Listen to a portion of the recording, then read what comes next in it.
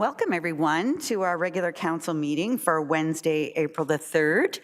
I just wanted to let everybody know that this meeting is being audio, video, and live streamed on the Town of Innisfil's YouTube channel and shall form part of the town's record keeping. And if you need more information about our record retention bylaw, please contact the clerk's office.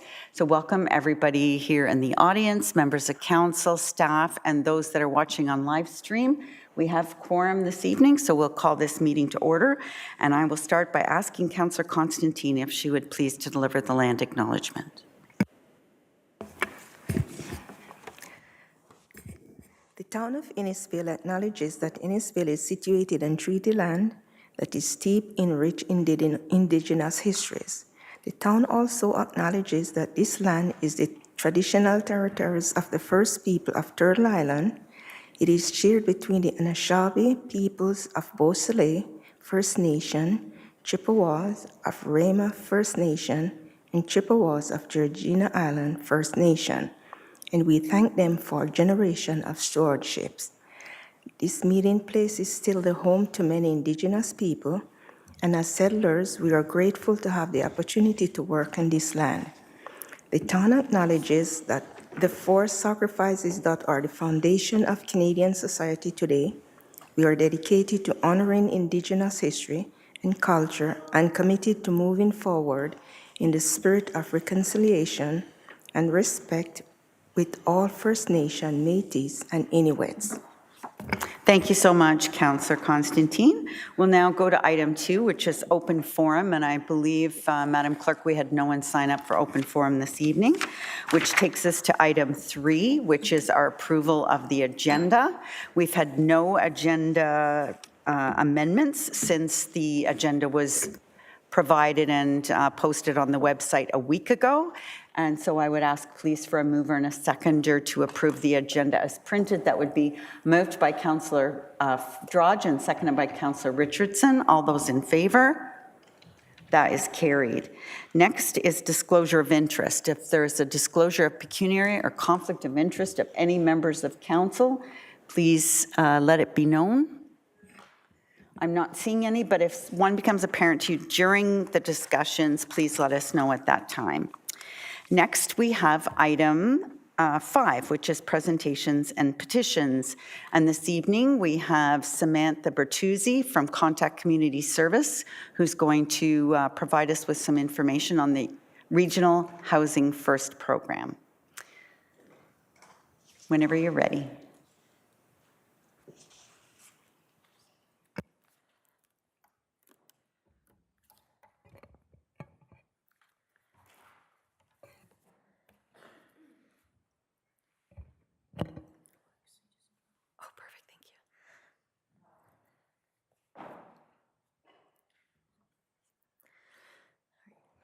Good evening, Your Worship, distinguished members of council, and the members of the public here today. Thank you for having me and allowing me to speak with you guys here today.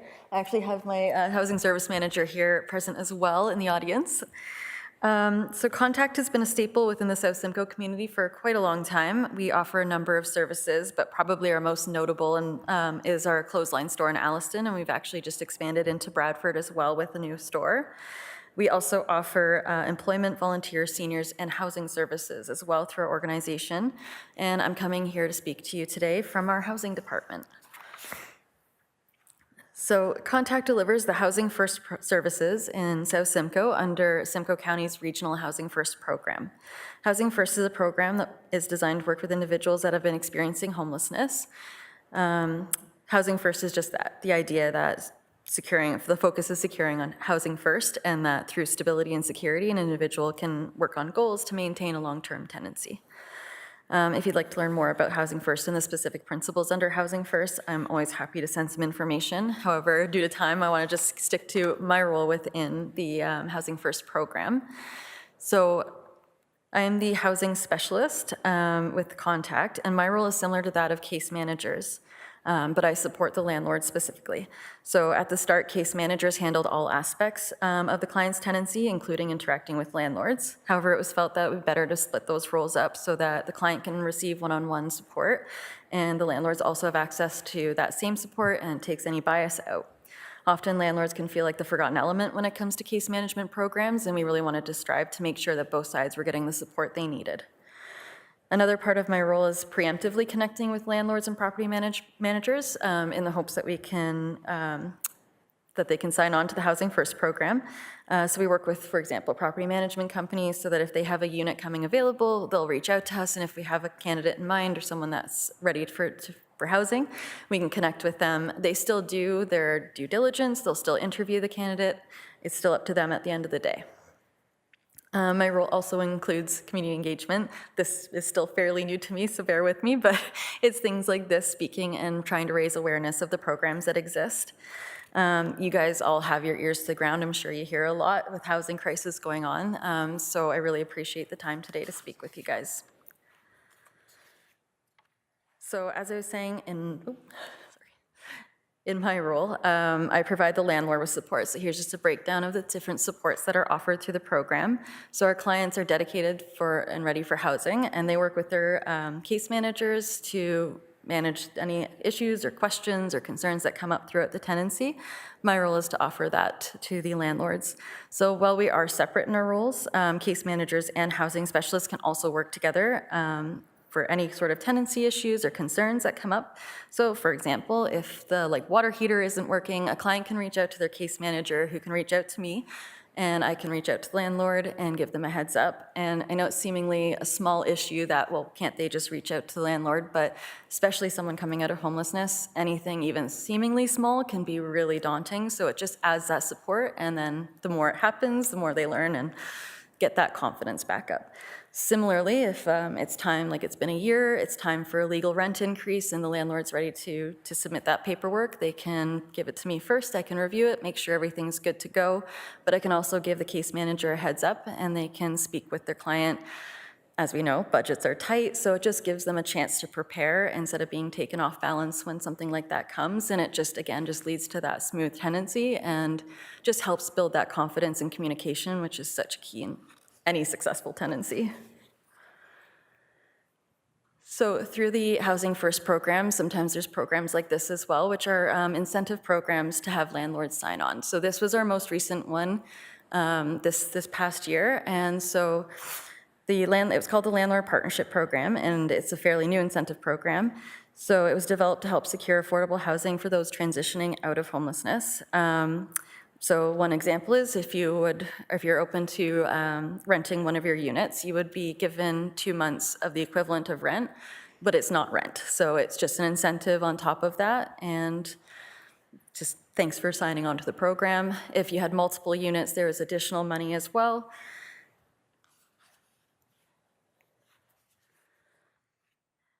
Now to Innisfil. So I wanted to note too that we've heard from the county that South Simcoe has actually one of the highest house ratings, or success ratings for housing and housing first individuals. I feel like this is partially because as a small agency, we're able to pivot to meet the needs of our clients. So an example of this is our Hope Chest. It's fairly new and it's 100% reliant on donations. Sometimes when working with people coming out of homelessness or people on really tight budgets, existing programs don't quite meet the full need. So we were able, like an example is one of our Housing First clients was really close to having all of first and last secured, but they were just a little bit short. We were able to use that money to help bridge that gap so they could come out of homelessness and they didn't lose their housing opportunity. The Housing First program is still fairly new in South Simcoe, and the pandemic unfortunately impacted our ability to be out in the community the way we would have liked. The lack of shelter and transportation in Innisfil as well has been a bit of a barrier throughout the last little while. So we are hoping to minimize this barrier by having our housing worker actually present in 2 locations in Innisfil. So our housing access worker has been partnering with the Lakeshore Idea Lab she's there every Tuesday afternoon since March 2022. And while it's taken some time to build awareness of our services and our presence there, we've seen a steady increase. Our housing access worker has not had a single day without at least one individual coming in to meet with her. That doesn't include phone calls. This is just walk-ins or appointments that were booked in person. In fact, she noted that the numbers have doubled since September alone. She's also going to be beginning to work at a Cookstown library beginning tomorrow, actually. So tomorrow afternoon, she'll be available at the Cookstown library for both walk-ins, appointments, and phone calls. So accessing services in need are just part of the equation. We also need access to housing. So this is why I'm here today, to try to bring awareness to the Regional Housing First program and to address stigma that's often attached to programs like this. I'm hoping that by sharing the information here today, it's a call to landlords, property managers, and other housing services that may be interested in learning more. Please reach out. Don't hesitate to contact me. I'm going to leave my contact information here, and thank you very much for hearing me out today. Thank you very much, Samantha, for being here and sharing that information with us. Members of council, questions or comments for Samantha? Councillor Waters. Thank you, Your Worship. Thanks very much for the presentation. Always nice to see these types of programs in our community. The question I have is, how do you define a landlord? Are they like larger organizations, or do they get right down to people who have secondary and tertiary units on their property? So anyone that's able to rent, they can be a small private landlord or they can be a big property management company. Pretty much we're working with anyone that's providing secure housing. Okay, thank you. Other questions or comments? Councillor Ices. Thank you, Worship, and thank you for that presentation. Homelessness obviously is a huge problem. I think in Innisfil, we might be a little bit fooled that it's not here because we don't see a tent city in our backyard as some other communities do. Can you give me a sense, are you able to reach some of those people? Is that the homelessness that we're starting to help? So we see a variety of homelessness, everything from seniors to individuals who are hidden, either couch surfing or in tents. It's very well hidden because people know there's a stigma around here, but it is here in Innisfil as well. Other questions for Samantha? I just have a couple. So it has been hidden. I think as of late it's not been hidden as much as it was in the past.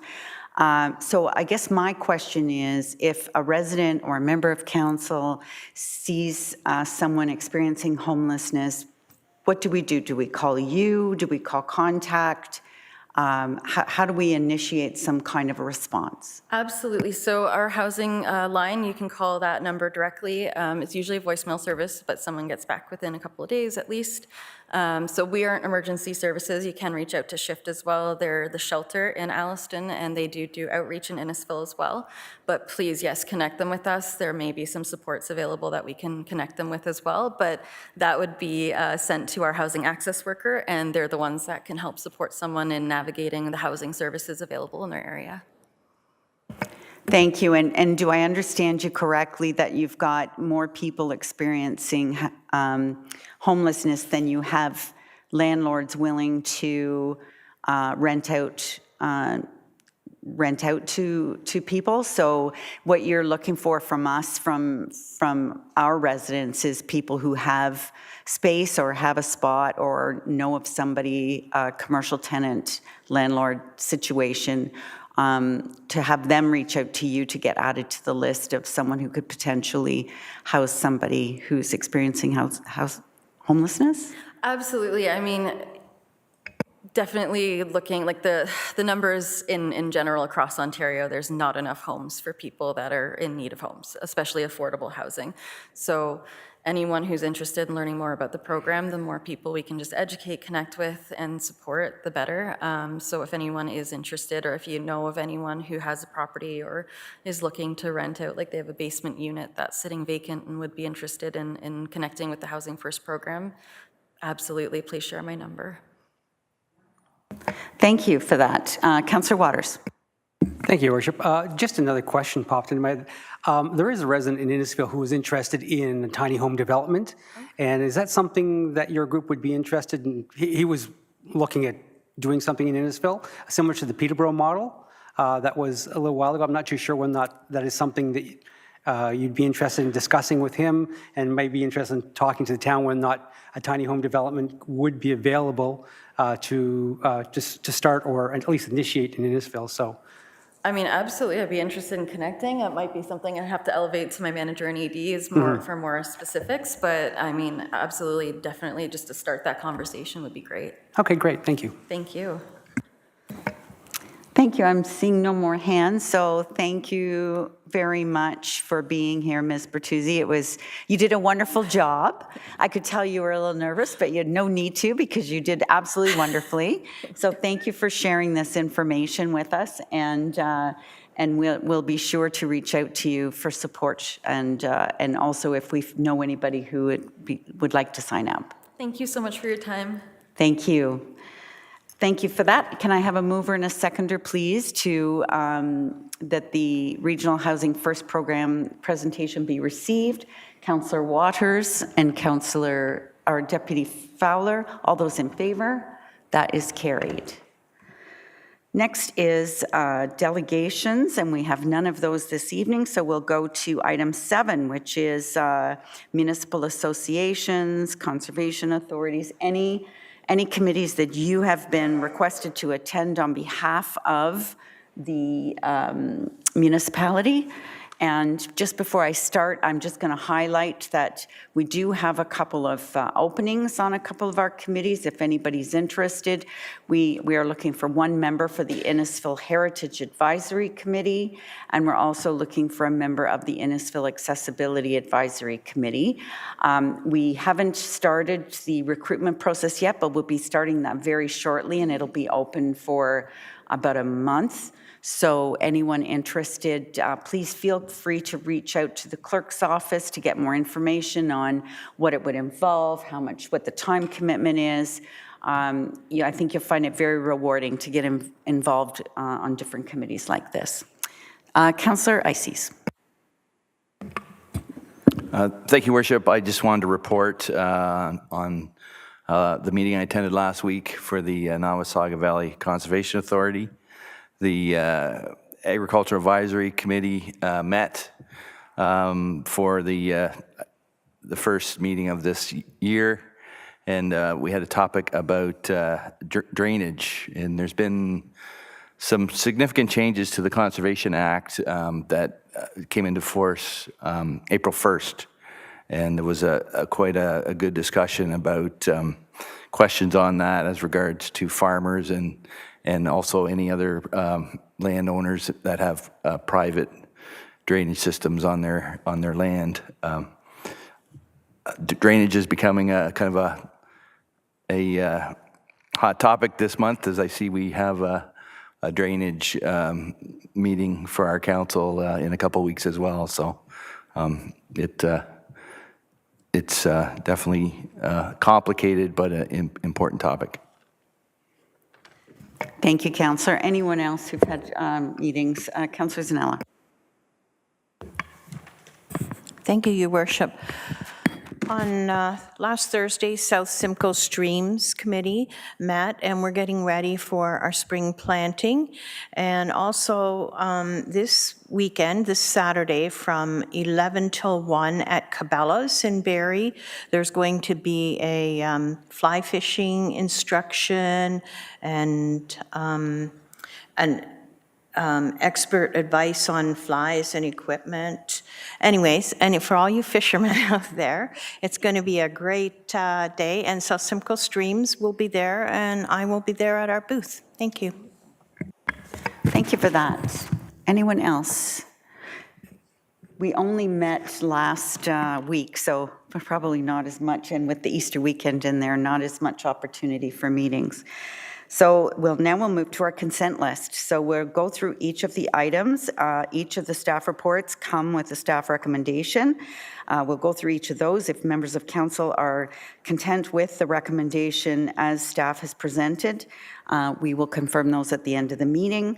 If you have questions, comments, or you want to pull it to revise the recommendation, please feel free to do so. We'll start with A1, the special council meeting minutes from March the 20th. B1, the Electoral Engagement Advisory Committee meeting. C1, the Facilities Master Plan final report. I think we should probably pull that just for some final discussion if somebody doesn't mind doing that. Councillor Drodge. Okay, thank you. C2, the marriage license modernization. I just want to say I was really glad to see this come through. I know that during the pandemic, it was very difficult for people to get married, to get marriage licenses, because it was all an in-person process. So I'm really glad to see us take care of that pilot project. C3, the Bell Park Homes and Bell Park Construction Limited Subdivision Assumption. Seeing none, we'll go to staff reports for information. D1 was the Economic Development Q1 Progress Report. Councillor Waters. I'd just like to pull it and just because I have a few questions. Thank you. D2 is the single source procurement for the traffic signal controllers. Seeing none, we'll go to E, which is bylaws, and we have none this evening. So we'll go to correspondence for action. F1, AMO Board of Directors nomination. Seeing none, I just want to let all of my colleagues know that I'll be any that are going to the conference, I'll be tapping you on the shoulder to help me with my election. And we have G1, which is correspondence for information. That's the board minutes for the Public Library Board. G2, proclamation for Earth Day on April 22nd. And G3, the National Day of Mourning, which is April the 28th each year. And that's it for our consent list. So I think we're going to have an early evening, folks. So we'll go to the first item, which was the, first the consent list recommendation to pull those two items. Mover and a seconder, please. Councillor Zanella and Councillor Constantine, all those in favor? That is carried. Now we will resolve into committee of the whole, and that's moved by Councillor Saunders, seconded by Councillor Ices. All those in favor? That's carried. And our first item in committee of the whole would be the Facilities Master Plan. And that's moved by Councillor Drodge and seconded by Councillor Fowler. Does anyone else have any questions or comments on the master plan? So I just had one, and it is to do with, I'm in favor of the revised recommendation as is shown on the screen.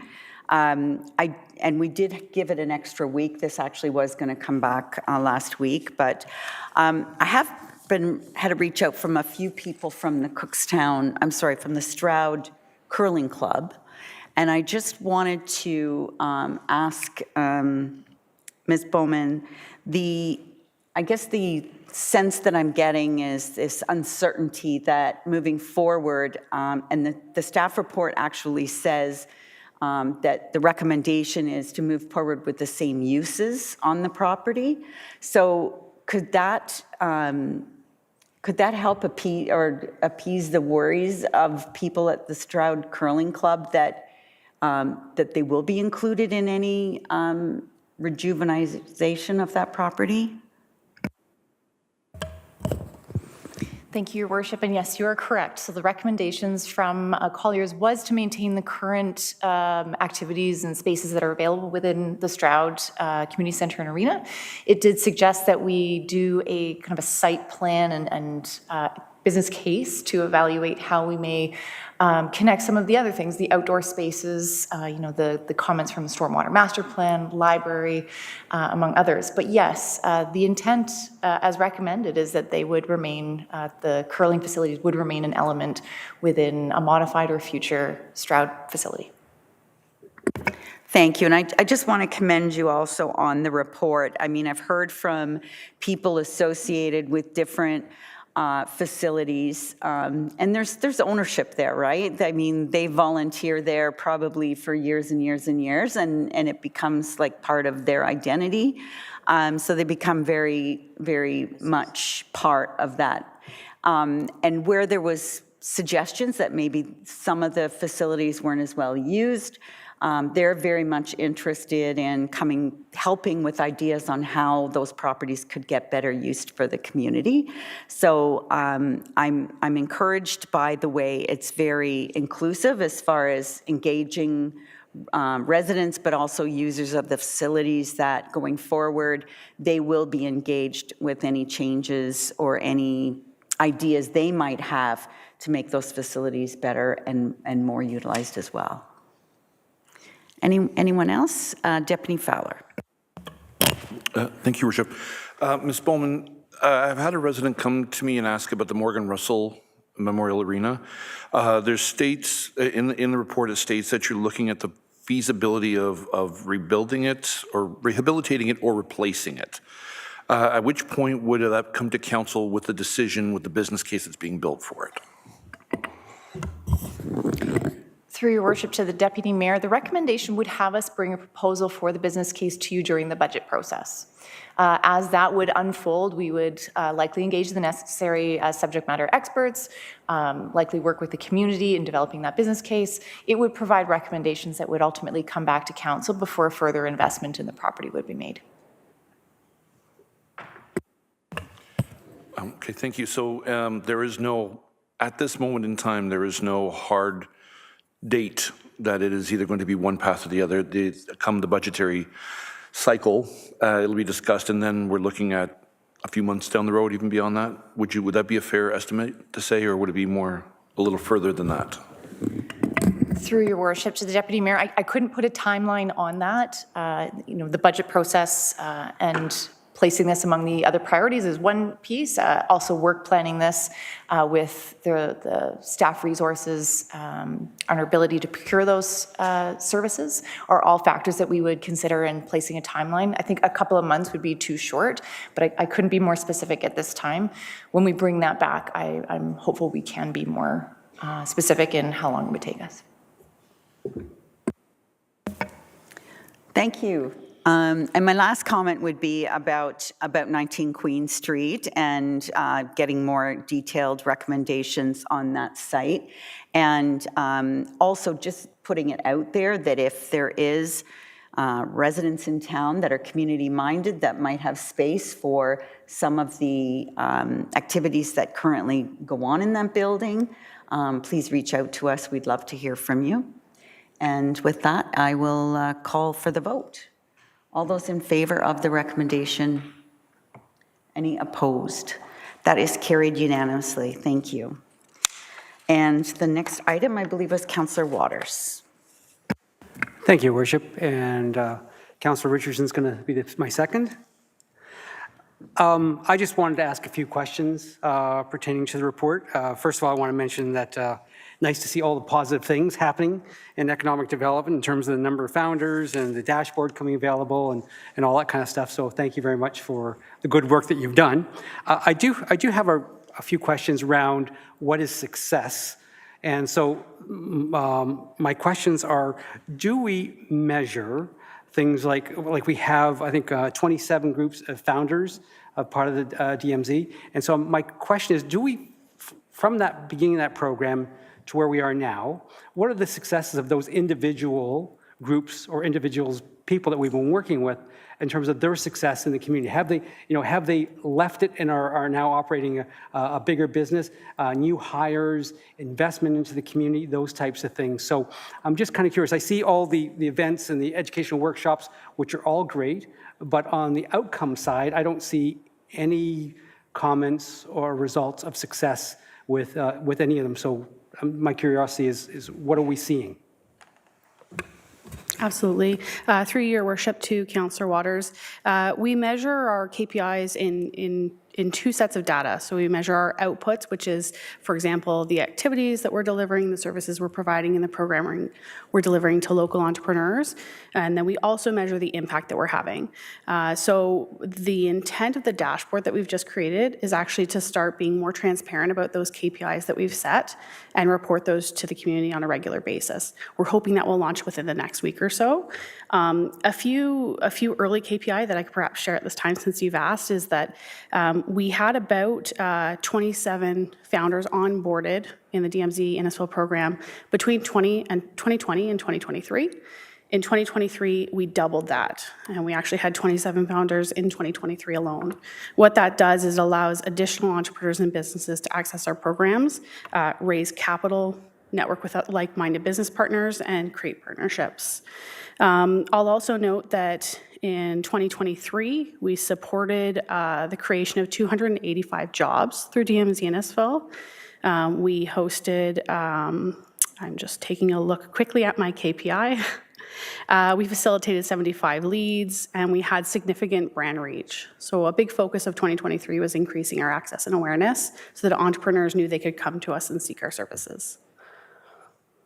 Thank you. So it would be interested for the dashboard to be able to have those type of KPIs to us in terms of also dollars invested, and you'd mentioned the raised capital, all those types of things built into there, because the town invests money into the organization. So we'd like to see if there's any economic benefit to us. And I think those type of KPIs that are transparent for us to review would be really helpful. So I thank you very much for that.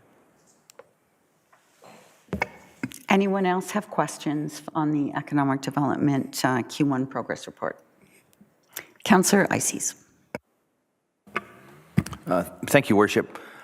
I was curious if we could get a sense of the economic activity around the employment lands.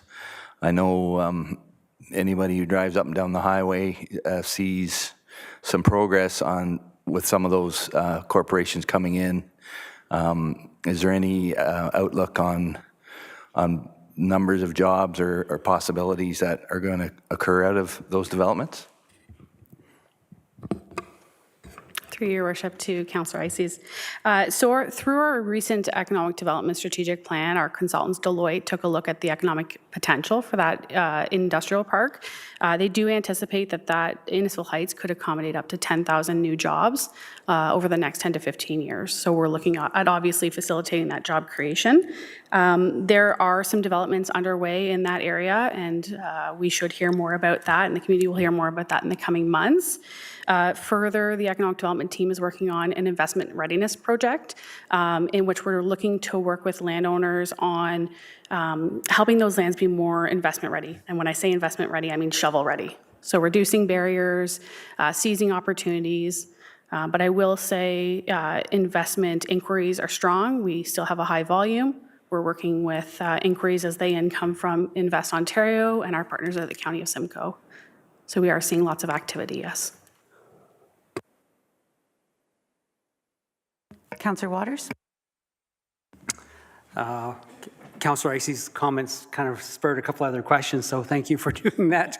One of the issues we have in Innisfil is around available commercial space. And so I was wondering, how are we doing? Is there any more commercial space? Are we tracking that in terms of anything new coming available? And that kind of leads into my second point in terms of around Innisfil Beach Road. We've had a campaign of trying to commercialize the Innisfil Beach Road in Alcona. And so I'm just kind of curious, there's one new building going up. We know there'll be some commercial space there. But in terms of attracting new businesses or developments for Innisfil Beach Road, has there been any uptake on the promotion that we've been doing? Through your worship. So yes, we are looking at commercial space and we're looking at commercial vacancy rates. I will say in Innisfil, we have a very low commercial vacancy rate. And you'll have noticed in recent media publications, as soon as a vacancy appears, it's quickly seized by other commercial opportunities. We are currently evaluating the square foot cost for rent. We do know that it is high. We're looking at opportunities to see that comparative to the regional market through opportunities like a community improvement program. So council did endorse the Economic Development Strategic Plan, and the CIP was a key tool mentioned within that strategic plan. Again, I'll just note that we are still seeing investment interest in commercial opportunities throughout Innisfil, including Innisfil Beach Road. Thank you. Deputy Fowler? Thank you, Worship. Quick question, if I may. You mentioned that there's potential for 10 to 15,000 jobs, which is a quarter of the population of Innisfil currently, which is very impressive over the next 10 to 15 years. When we discuss with potential investors along the 400 corridor and the employment lands, the issue more than likely will come up of servicing of those lands and the expansion of the Innisfil Beach Road to the 400. Is there a way that we can entice in entrepreneurs and investors to stay with Innisfil as this occurs, to kind of lock them into a position where we can reassure them and work with them to get a greater commitment, as opposed to hypothetically moving down to Bradford where they have servicing already? Ms. Thompson? Thank you, Your Worship. If I understand the question, are you asking how we're seizing the opportunity to retain major employers in our area through Innisfil Heights? So I would say, I would just revert back to my response about the Innisfil Heights Investment Readiness Project. We're working with all of our partners in services and in power to understand those challenges and help landowners seize those opportunities. The most impactful activities we can undertake are increasing the investment readiness of those lands. So reducing barriers, looking at incentives like CIPs, and also increasing education awareness for the landowners in terms of how those properties could be developed quickly and efficiently. Thank you. Other questions or comments? You know, the servicing is going out there, but it's finally going after so many years, but it's slower than we'd like, but it makes sense to go along with the construction programs either by the province or the county that are happening at the same time, and to do it all at once.